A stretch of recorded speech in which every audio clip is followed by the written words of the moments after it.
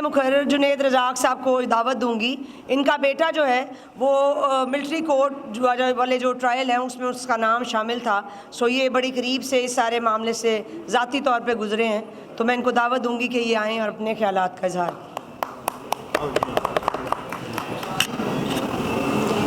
बिस्मिल्लाहिर्रहमानिर्रहीम। मैं सबसे पहले दोनों जो करारदादें पेश हुई हैं और जिन इश्यूज़ पे हुई हैं उन इश्यूज़ को कंडेम करता हूं और करारदादों को स्ट्रांगली सपोर्ट करता हूं। मैं एक सिंपल सेंटेंस में इजहार कर देता हूं अपने फीलिंग्स का, और बार ने जो रोल अदा किया, I feel highly proud of to be the member of Lahore high court bar association.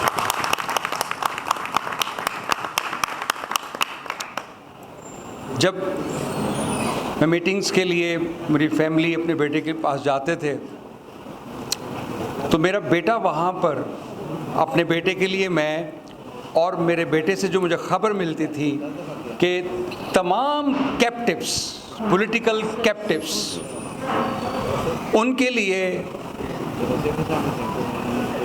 Junaid Razzaq advocate, Lahore high court bar, Supreme Court bar had become the only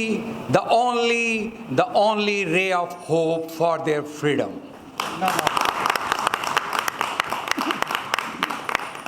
जब भी जाना एक ही क्वेश्चन होना, बार साथ खड़ी है, उनको यकीन नहीं आता था, वकला साथ खड़े हैं हमारे ऊपर, उनको यकीन नहीं आता था, और इस बात पे वो बहुत मुतमिन थे और वो शाद बैठे हुए थे कि ultimately they will become successful. पिछले थर्सडे जो मीटिंग थी उसमें मैं यकीन से कह के आया था, मैं पूरी यकीन हूँ पिटिशन फिक्स हो गई है जो मैंने अर्ली हियरिंग की दी है स्टे एप्लीकेशन के साथ, और ये 1 या 2 दिन में डिसाइड हो जाएगी। और पूरी बार, और मैं स्पेशली एक छोटी सी बात आपके सामने शेयर करता हूँ। शुरू के दिनों में मैं बहुत डिप्रेस था।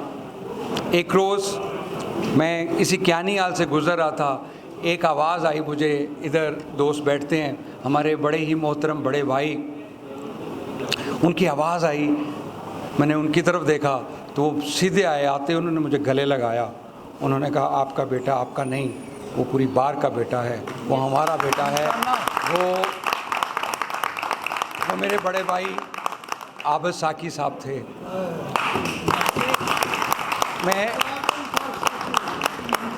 मेरी आंखें भीग गईं जब मैं बाहर निकला। आगे से मकसूद भुट्टर साहब मिले, उन्होंने कहा जुनैद मैं आपको ढूंढ रहा था, किधर है आपका बेटा, किधर, आपने परेशान नहीं होना, पूरी बार आपके साथ है, अहमद खान साथ है, एतजाज़ एहसन आपके साथ हैं, सलमान अकरम राजा आपके साथ हैं, इश्तियाक साहब आपके साथ हैं, सबाहत आपके साथ हैं, और पूरी कैबिनेट लाहौर हाई कोर्ट बार की, लाहौर बार एसोसिएशन की, सुप्रीम कोर्ट बार आपके साथ खड़ी है। आप यकीन जाने मेरा दिल शेर का दिल बन गया। मैं मुतमईन हो गया कि मेरे भाई, मेरे दोस्त मेरे साथ खड़े हैं।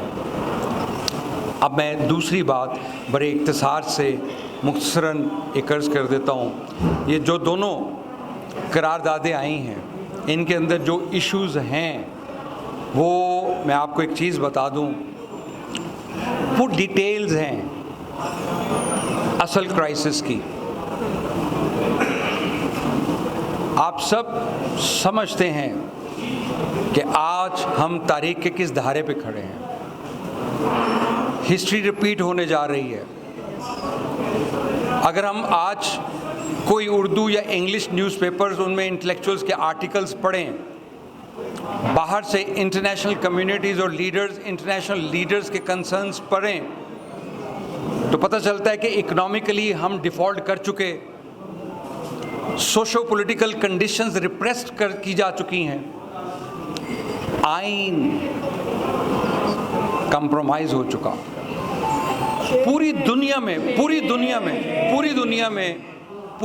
में कहीं पर भी किसी भी रियासत, किसी भी मुल्क की सालमियत को हिट करना होता है तो सबसे पहले वहाँ पर कानून की हुक्मरानी, कॉन्स्टिट्यूशन को कंप्रोमाइज़ किया जाता है।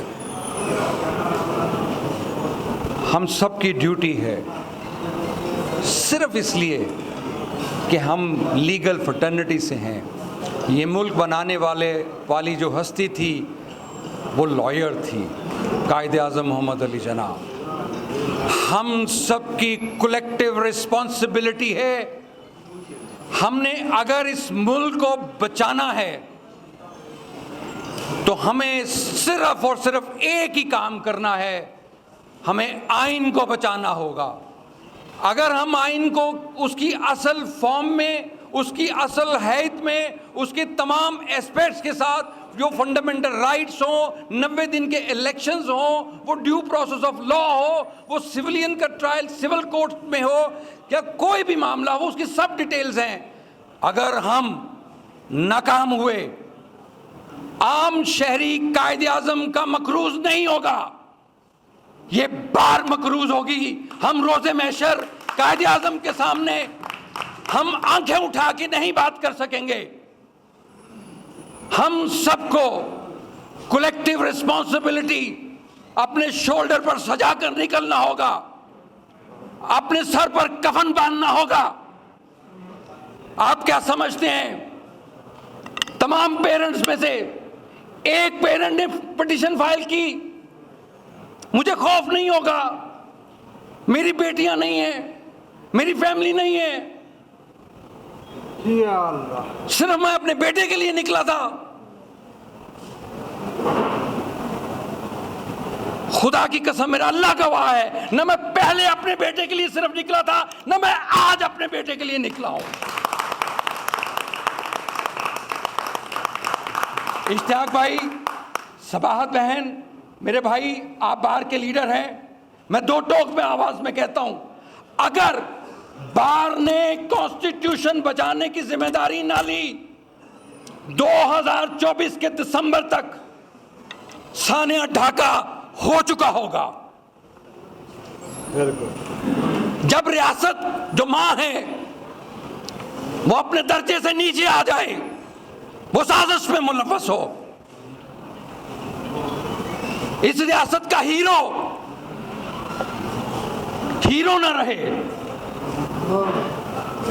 बिटवीन द लाइन बात कर रहा हूं, तो वो रियासत बच नहीं सकती। तय वक्ते के इस कौम के गयूर नौजवान और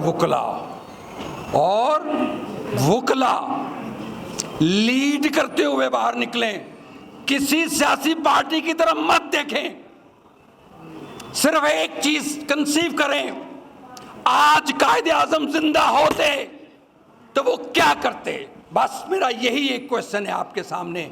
जाएं हाई कोर्ट की दीवारों को, अदालतों को, उनको खनक दें अपनी आवाज की, अपनी कन्विक्शन की।